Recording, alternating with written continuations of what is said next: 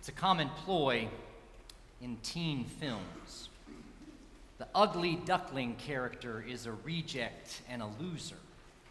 And then suddenly, from somewhere, perhaps a fairy godmother arrives and can turn a pumpkin into a carriage, mice into horses, and convert dirty rags into a beautiful ball gown. Or maybe it's a more contemporary princess, like Mia Thermopolis, who finds out that she's the heir to the throne of Genovia. And after undergoing a major makeover, she finds herself among the popular crowd of royalty and rejects her former loser friends. Or maybe for you, it's Katie Heron, who adopts the tactics of Regina to get in with the it crowd in Mean Girls, throwing away her former friends. Or maybe it's Billy Haywood, the kid manager of the Minnesota Twins in Little Big League, who, as he finds success on the diamond, throws away his old middle school friends and he's cruel to his mother. You know this plot. Maybe yours is from a movie that's less than 20 years old. When we first read this passage in Galatians, it sounds like it's falling into that kind of a storyline. Cephas, that's another name for Simon Peter, and Paul are on the same side at the beginning of our story.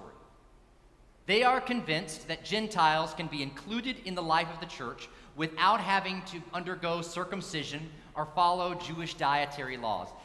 We have a hard time comprehending how remarkable it was for these two men who had been raised very strongly to think the opposite, to now understand the Gentile inclusion this way. But they understood that God was working in some new way. And so when Peter first goes to Antioch, he finds there a group of ethnically Jewish people worshiping alongside ethnically Gentile people. They sing together, they pray together, they eat together. To share your table with another person in this time was a sign of intimate connection. To share the table wasn't just something you did to be polite. Hospitality was a political act of welcome. And when Paul arrives, he joins in. Until some people come from James. Now, James is the brother of Jesus and the head of the church in Jerusalem.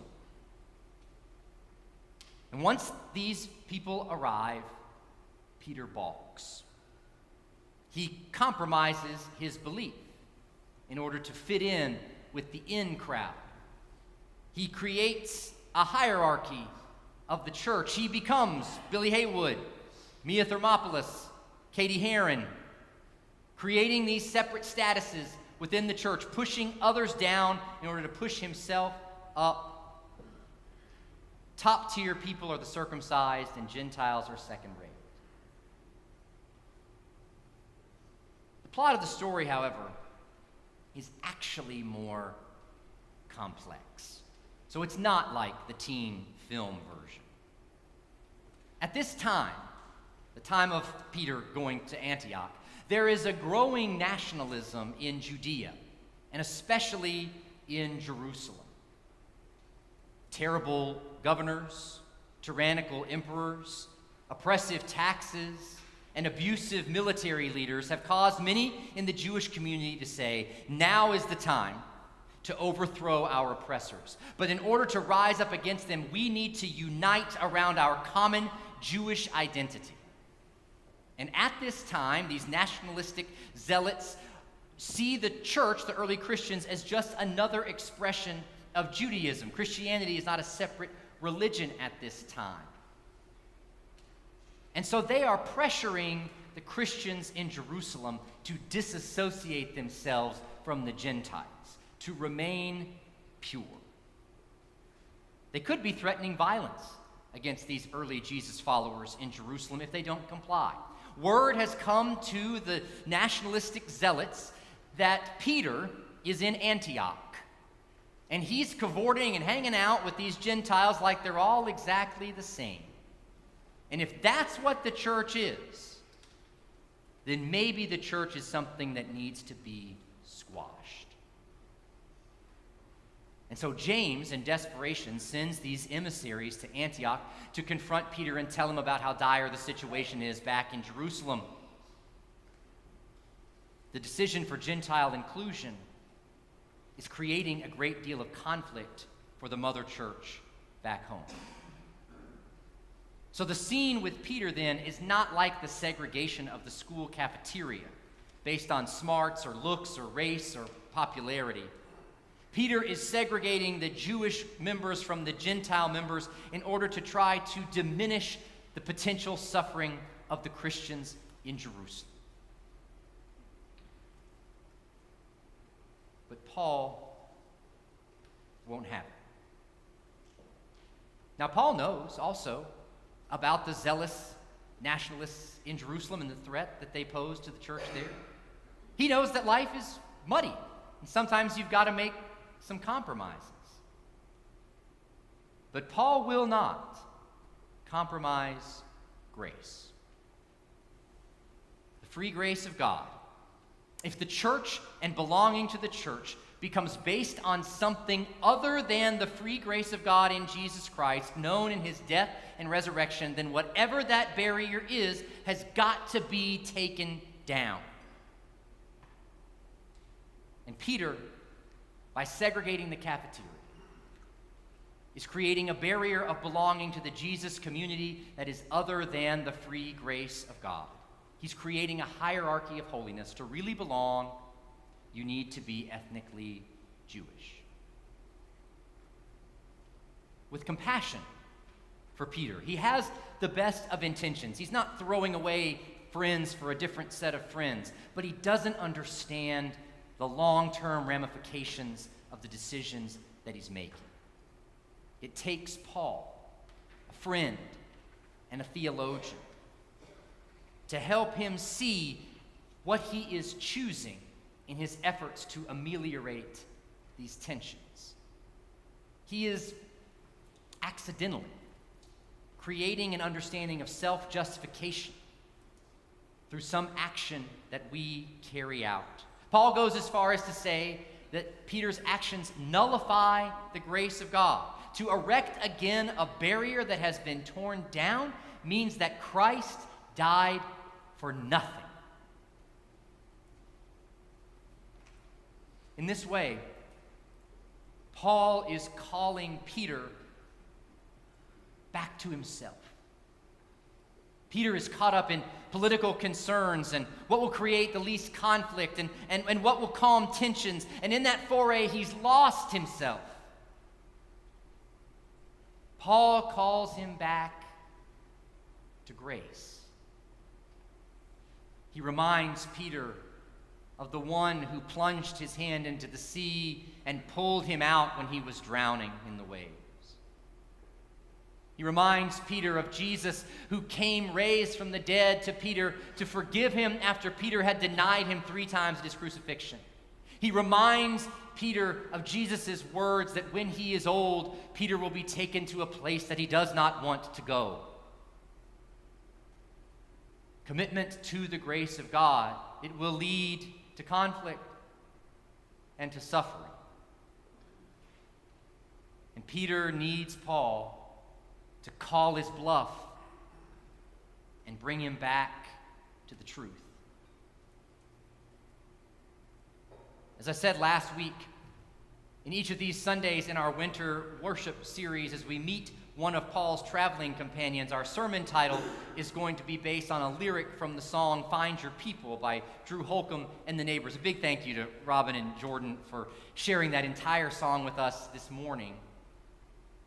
What we see in our passage today and echoed in the lyrics of that song is that when we stray from the grace of God and when we erect other standards of belonging, of inclusion, we most likely aren't going to come to our senses on our own. We need someone in our life who will draw us back to ourselves, remind us of our core values that guide us, free us from our own self-delusion, and then present us before the throne of grace.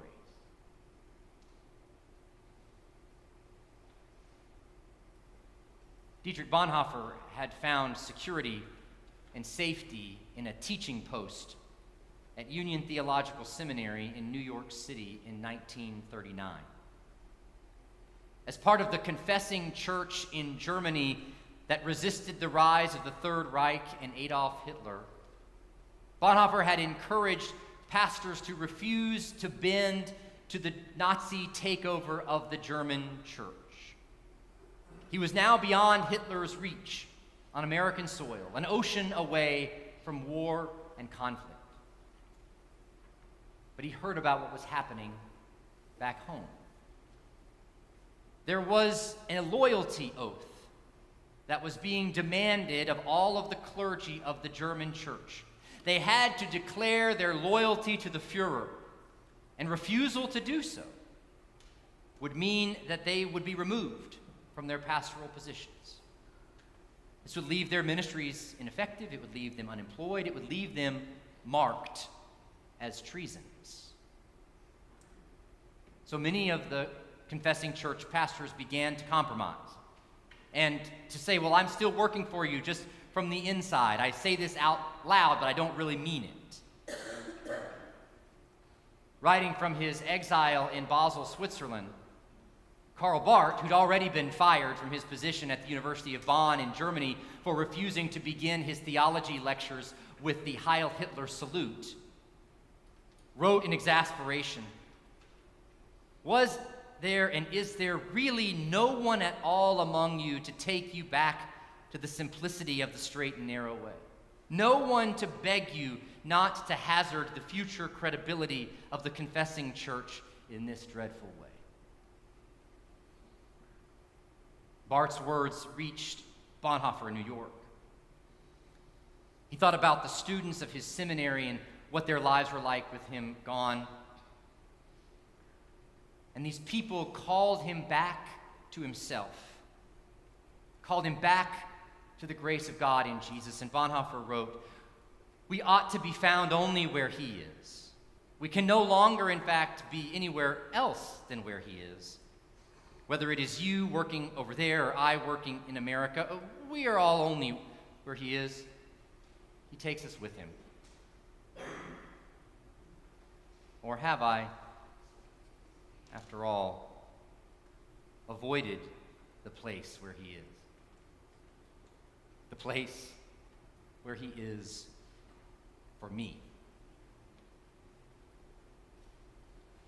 And so Bonhoeffer returned to Germany and to all that would unfold there. Yet faithful to the gospel that would allow for no other barriers, walls, or loyalties.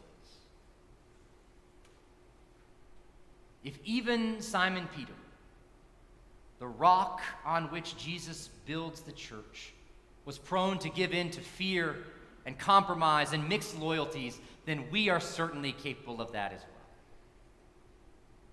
If Dietrich Bonhoeffer can flee for the sake of his safety and find himself secure an ocean away from war, we are certainly capable of our own self-delusion. And it takes someone else, a group of people who point out what we often cannot see, that we have strayed from where he is. We have built our lives on something other than God's free grace. These people speak the truth. They call us back to ourselves. They call us back to him.